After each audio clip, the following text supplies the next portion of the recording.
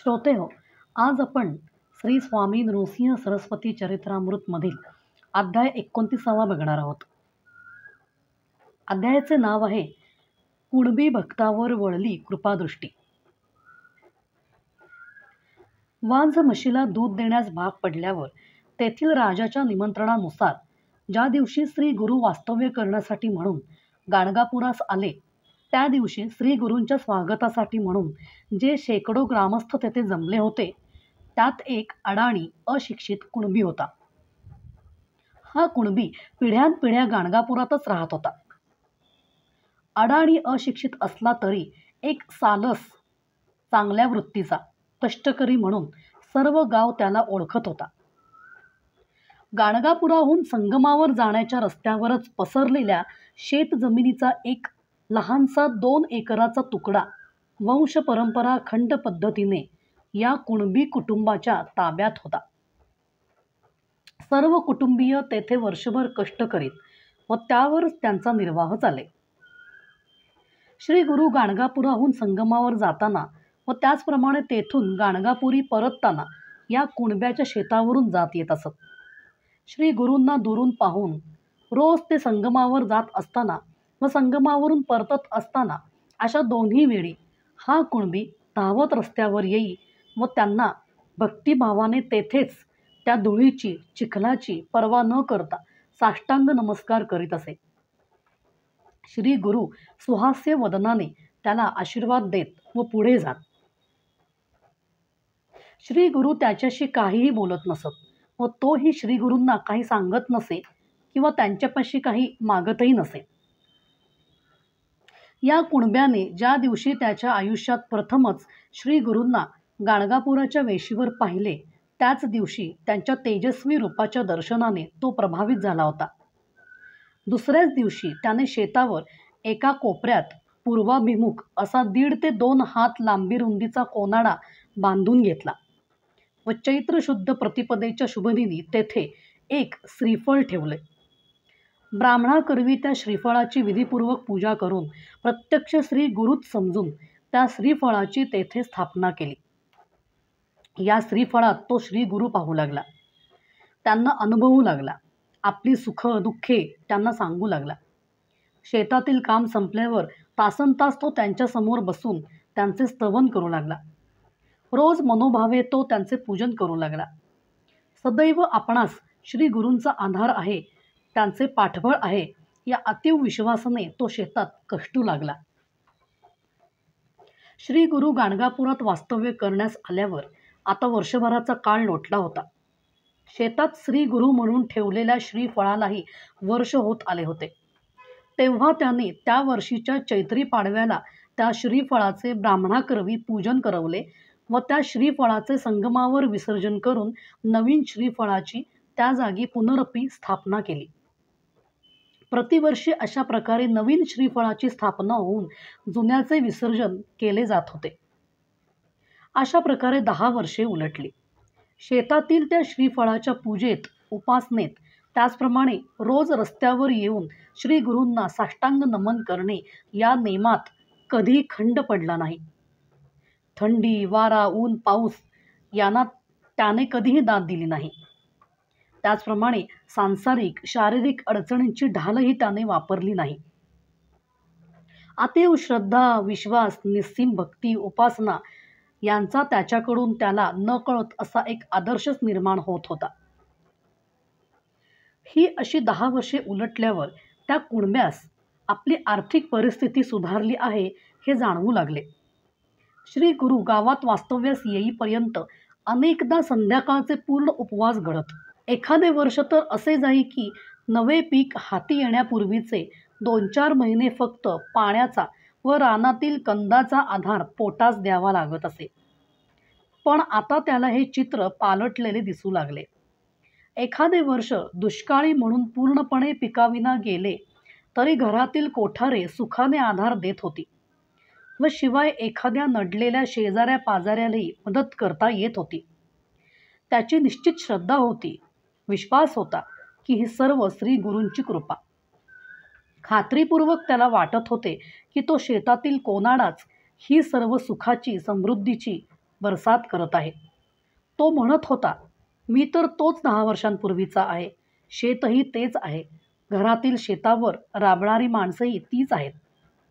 येणारा पावसाळा, उन्हाळा, हिवाळा तसाच लहरीनुसार कमी अधिक प्रमाणात येत जात आहे. मग हा चमत्कार कसा झाला? कोणी केला? त्या श्रीगुरूविना हा झालेला नाही. कारण श्रीगुरू तेवढे या गावी 10 वर्षांपूर्वी नवीन आले.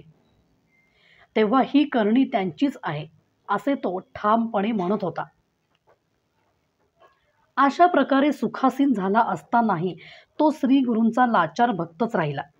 त्या शेतातील कोनाड्यात स्थापलेल्या श्रीफळाची उपासना करण्यात, तेथे भक्ती, भजन, पूजन करण्यात त्याने कसलीच ढिलाई निर्माण होऊ दिली नाही.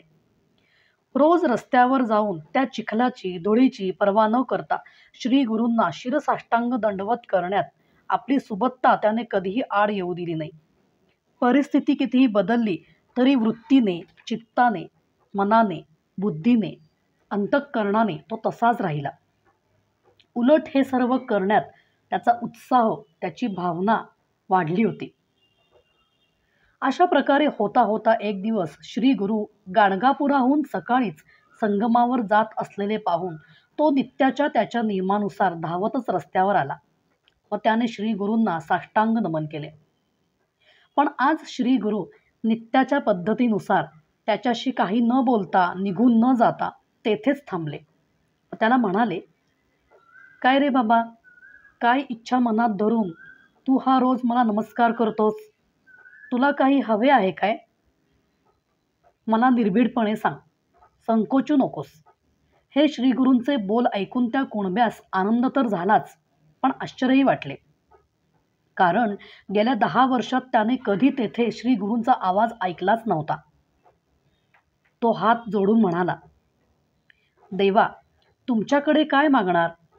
काय द्यायचे ते तुम्ही स्वतः होऊन जाणून भरपूर देतच आहात. न मागताच भक्तवत्सला तुमच्याकडून अखंडपणे भरपूर मिळते आहे. मी पूर्ण समाधानी आहे. तुमची भक्ती करण्याची बुद्धी सतत वाढतच राहो, असे करा. आणि आता कृपाळा, या माझ्या शेताला तुमचे हे पवित्र पाय लावून मला धन्य करा. माझे शेत पावन करा. देवा, इतकी कृपा करा. ही त्याची विनवणी ऐकून श्रीगुरू त्याच्यासोबत शेतात गेले. तेथे गेल्यावर शेतात काय पेरले आहे म्हणून त्यांनी विचारणा केली.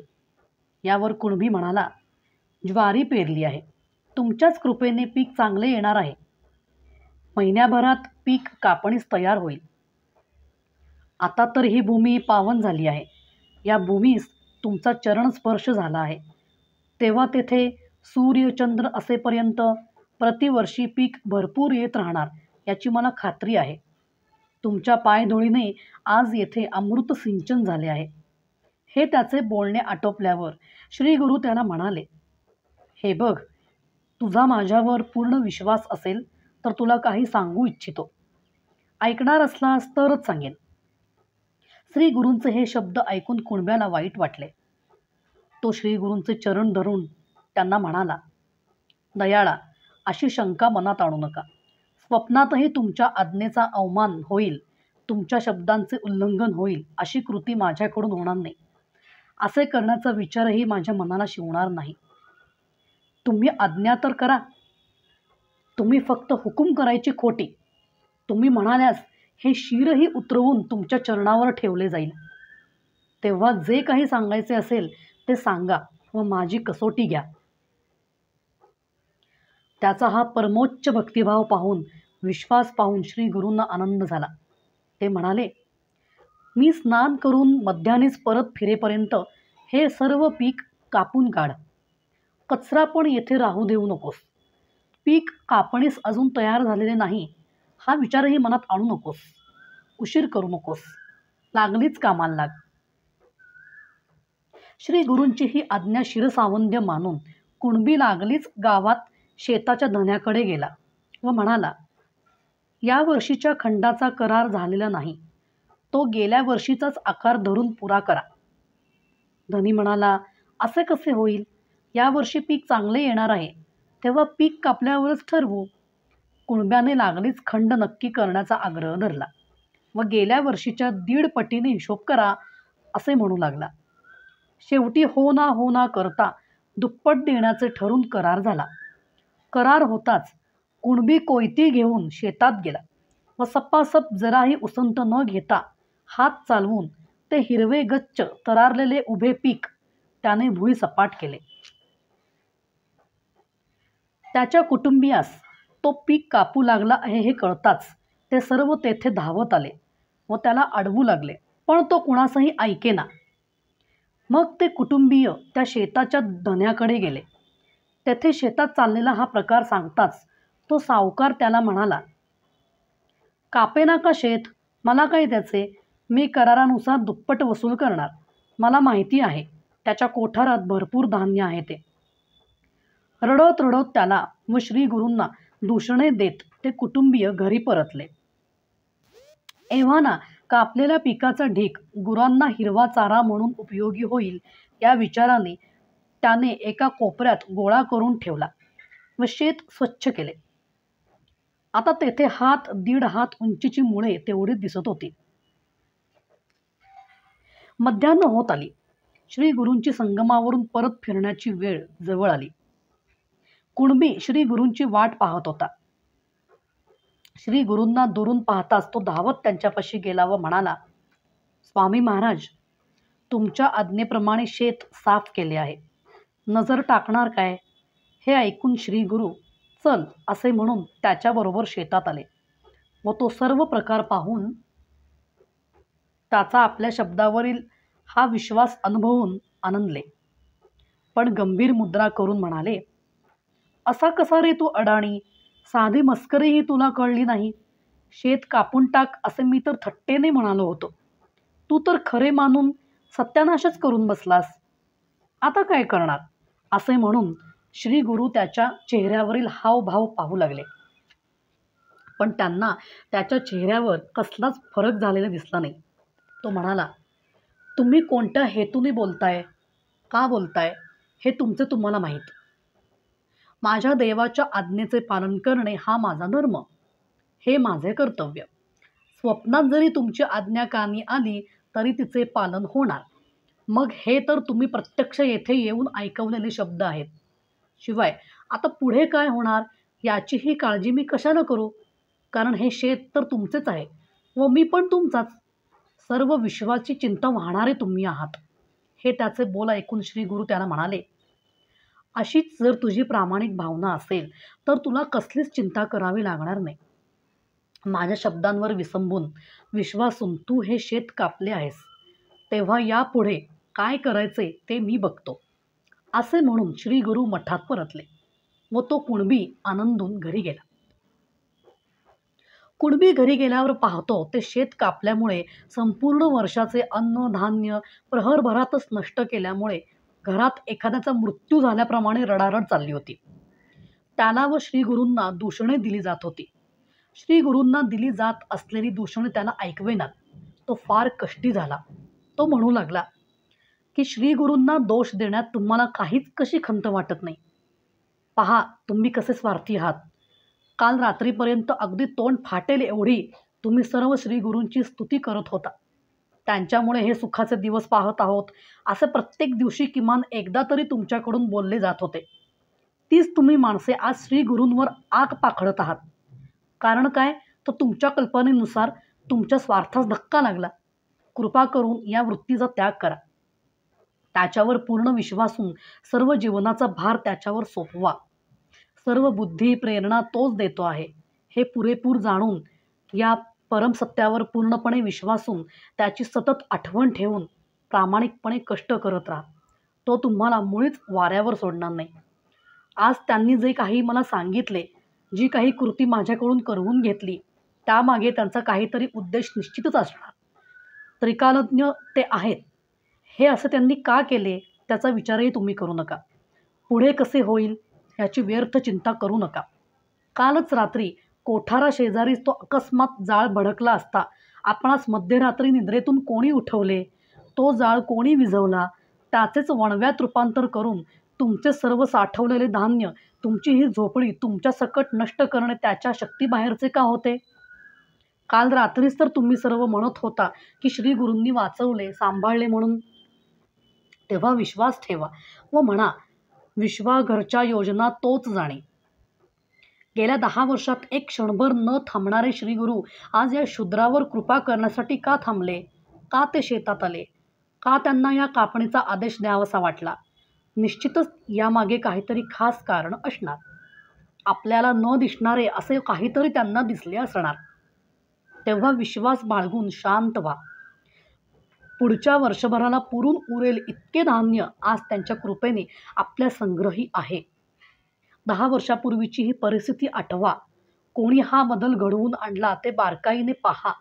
आपल्या अंतरात याचा प्रामाणिक शोध घ्या. म्हणजे तुमच्याही अंतःकरणात त्यांच्यावरील भक्तिप्रेमाने, आदराने मंदपणे तेवत असलेला तो लहानसा दिवा तुम्हाला अवश्य दिसेल. हे कुणब्याचे म्हणणे ऐकून ते जरा शांत झाले. शेजारी पाजारी संन्यासाच्या नादाला लागून हातातोंडाशी आलेले हे उभे पीक या वेड्याने कापून टाकले असे म्हणू लागले. त्याला मूर्ख म्हणू लागले. त्याला हसू लागले. कुणबी मात्र या विषयावर कोणाशी काही बोलत नसे. स्नान व अन्नपाणी एवढ्यापुरताच तो घरी येई व बाकी सर्व वेळ शेतात कष्ट करीत किंवा त्या कोनाड्यातील त्याच्या देवाशी हितगुज करण्यात घालवीत असे. 8 दिवस या घटनेला होऊन गेल्यावर तेथील हवामानात एकाएकी बदल झाला. झोंबणारे भर दुपारी सर्व शरीर काकडून टाकणारे थंड वारे वाहू लागले व बोलता बोलता मूळ नक्षत्रावर मुसळधार पाऊस कोसळू लागला. सर्व शेतकऱ्यांच्या तोंडचे पाणी पळाले. डोळ्यांदेखत त्याचे उभे पीक नष्ट होत असलेले त्यांना निमूट हातबल होऊन पाहावे लागले. संपूर्ण गावावर हे अनपेक्षित अरिष्ट ओढावले. दुसरा दिवस उजाडला. चांगला सूर्यप्रकाश पसरला. जो तो आपल्या शेतावर गेला व तेथील दृश्य पाहून हळहळत पुढील संपूर्ण वर्ष दुष्काळाशी सामना करीत घालवावे लागणार या खात्रीचे गाठोडे काखेला बांधून व चिंतेचा बोजा डोक्यावर घेऊन निराशा अंतःकरणाने घरी परतला. या कुणब्याचे सर्व कुटुंबीयही शेतावर गेले. शेत कापल्यावर कचराही हलवण्यात आला होता. तेव्हा शेतात प्रमाणाबाहेर पाणी साचून राहण्याची शक्यता नव्हती. मुळे तशीच शाबूत होती. वर उत्तम पाऊस झाला होता. पुन्हा रोपे येण्याची त्यांना खात्री वाटू लागली.